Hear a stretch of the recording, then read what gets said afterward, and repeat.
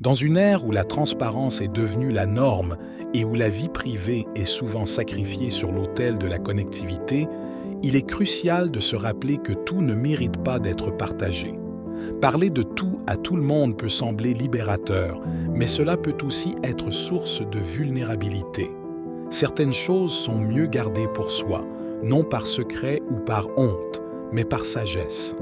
Comme le disait l'écrivain Paul Valéry, « Il faut se taire, sinon toute vie humaine finirait par être exposée comme une blessure au soleil. » Voici 9 aspects de la vie qu'il est sage de garder privés, accompagnés de réflexions qui, je l'espère, résonneront en vous.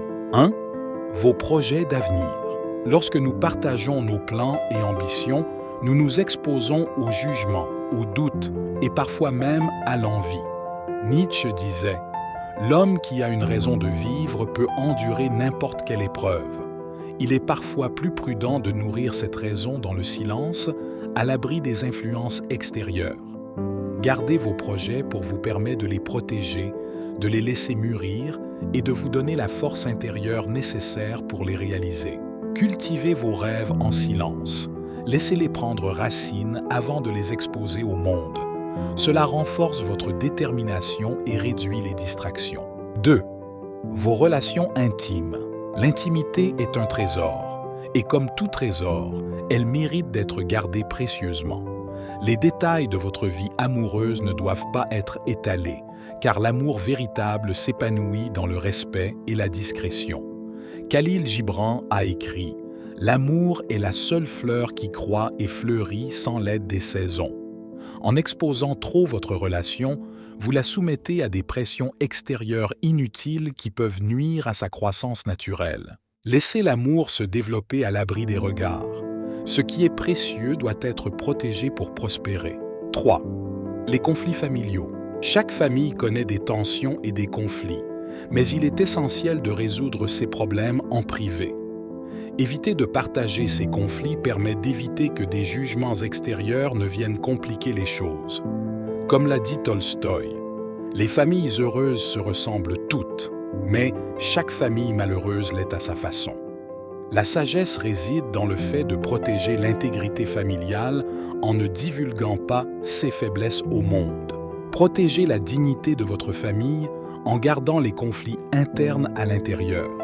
Cela permet de résoudre les problèmes avec moins de pression extérieure. 4. Votre situation financière.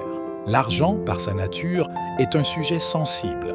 Parler ouvertement de vos finances peut engendrer des jalousies, des malentendus et des tensions.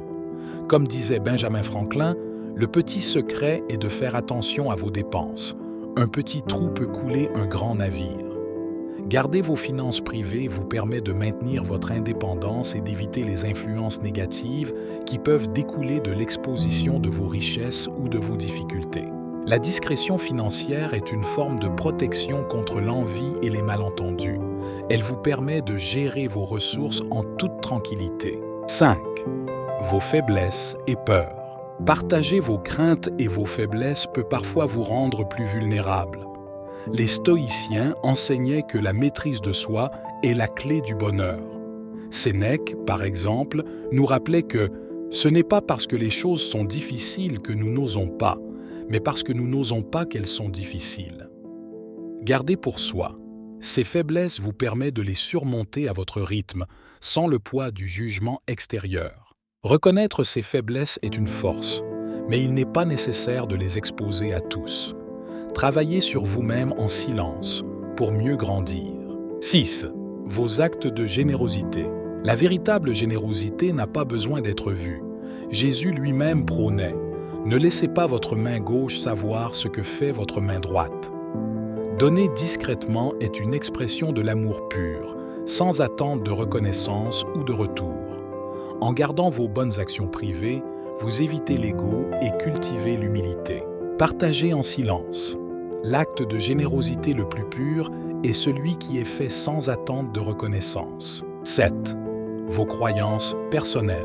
Dans un monde de plus en plus polarisé, il est parfois sage de garder ses opinions et croyances pour soi. L'écrivain Aldous Huxley a dit « Les faits ne cessent pas d'exister parce qu'ils sont ignorés.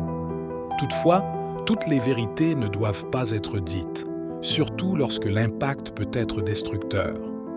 La discrétion dans vos croyances peut vous protéger des conflits inutiles et des jugements hâtifs. Toutes les vérités ne sont pas bonnes à dire. Sachez quand parler et quand garder le silence pour préserver la paix. 8. Votre vie spirituelle.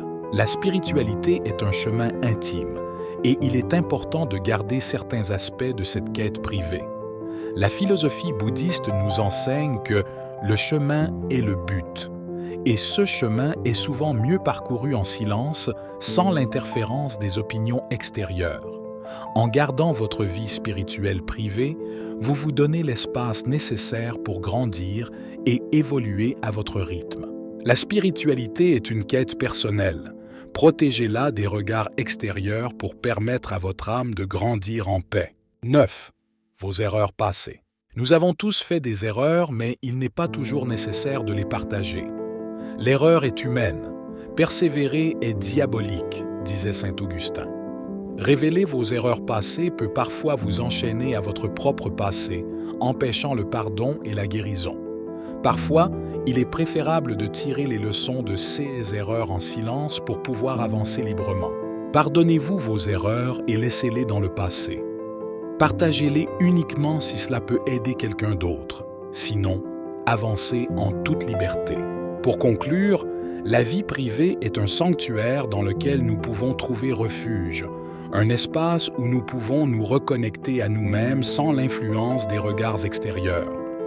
En gardant ces 9 aspects de votre vie privée, vous protégez non seulement votre tranquillité d'esprit, mais aussi votre intégrité personnelle. Comme l'écrivait Marc Aurèle, ne soyez plus inquiets de ce que pensent les autres, car le fait de ne pas vous inquiéter de cela leur est incompréhensible.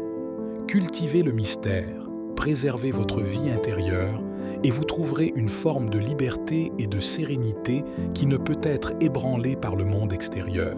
Merci pour votre écoute et à bientôt pour d'autres sujets.